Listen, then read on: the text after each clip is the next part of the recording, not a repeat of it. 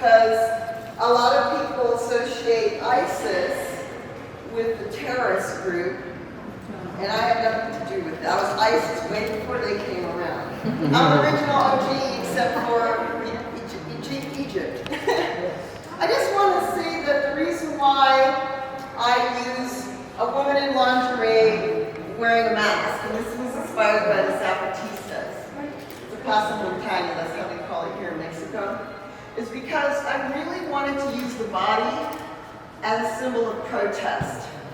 And I'm actually literally walking in the footsteps of a lot of artists performing that were doing that, both male and female.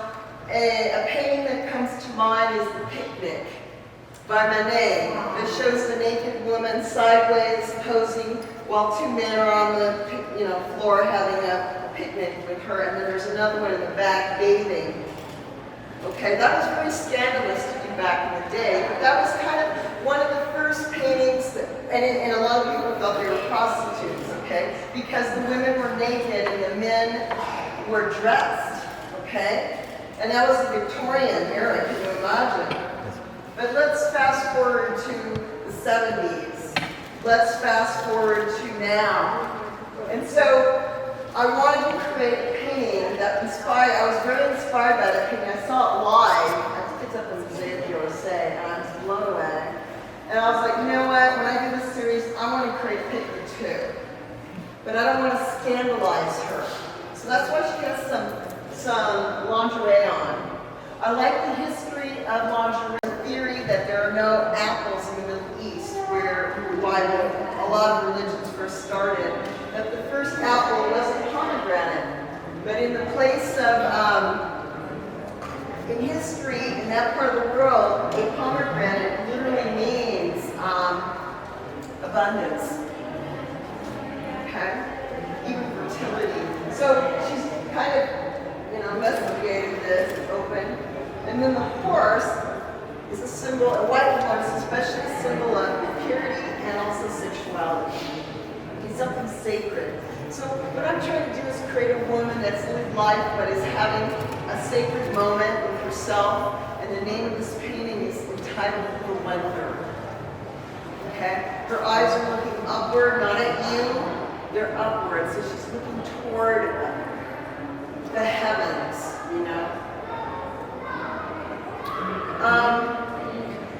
A lot of people look at my art and go, well, that's super feminist. I mean, wow. And so I would like to talk a little bit more about the feminist side of art, that I noticed that a lot of women who are involved with this kind of style also use the body as protest, which is what I'm doing. So like I'm saying, I'm following that footsteps. And I'll go into an artist on the other side who inspired me for a painting, and I'll get a little bit more into that. I would like to say that I don't think feminist art should just always be about women. I think we need to have good male role models and promote that. So I created one called the Shaman, a benevolent man who's part of the healing process. So I think it's important to include that in a dialogue about art. And the Xolos Quinkly is a dog, a very ancient Mexican dog that was buried with the dead 500 years ago, so that people can find their way through.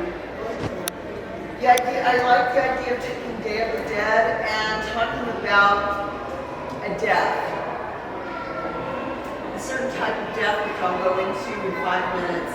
But this archetype here, part of this contemporary mythology, is I wanted a healer that was very powerful. These herbs that exist in his helmet, especially the Peru, they use a lot in a lot of healing ceremonies here. It smells like eucalyptus when you get hit by it. It's just wonderful. And then the laurels they used in the Roman and Greek times to signify being victorious. When we're in the process of healing, when bad things happen to us, we want to go to somebody who's very powerful and is going to really have the power to take you out of it, and put you in a good place. So that's why I designed you as a spirit warrior, because if anybody knows pain and suffering more, we'll talk about the veterans coming back from war. and the things that they've seen and done. So for me, I really wanted to create somebody who suffered a lot, but is on this planet and knows exactly what to do to help people overcome their trauma. Okay. I'm going to go in this room, and I'm going to talk a little bit about healing. And it's just these two pages right here. You've got here in Mexico, we make this, and in other parts of the world, we know this. I would like to thank Helen Bowie, she's the owner of this piece, for allowing us to exhibit here. It is one of my most favorites, but here we have them in action, a spiritual action, where he's giving her a blessing so that she can go on the spiritual journey to kill herself. Okay? That is why it said upon the day of the dead, sempre solitude, lilies, candles burning. Candles burning is a very ancient symbol that means life is fleeting, life is running out. Sempre solitude is how the dead find their way back. In this case, she has to come back. She's going into the tomb of her getting rid of this old self that no longer serves her. Lilies are used at funerals. Why? Because when a person dies, they're going through a purification process because they're transforming into a different spirit. Okay? She carries a dog. Shola's Twinklies. This Shola's Twinkly is going to be her guide into whatever transformation she's going to be into. To be honest with you, I'm still not finished with this series. I have to figure out the death, and then I have to figure out how she's going to transform. This series has been going more than 10 years now. And so I don't know what she's going to turn into yet. It'll be revealed to me. But this is the headline piece, which I'm probably going to end with, except I have one more thing to say before I end. And now I want to ask you guys this question. Out of all the paintings in here, is there one in particular you want to know about?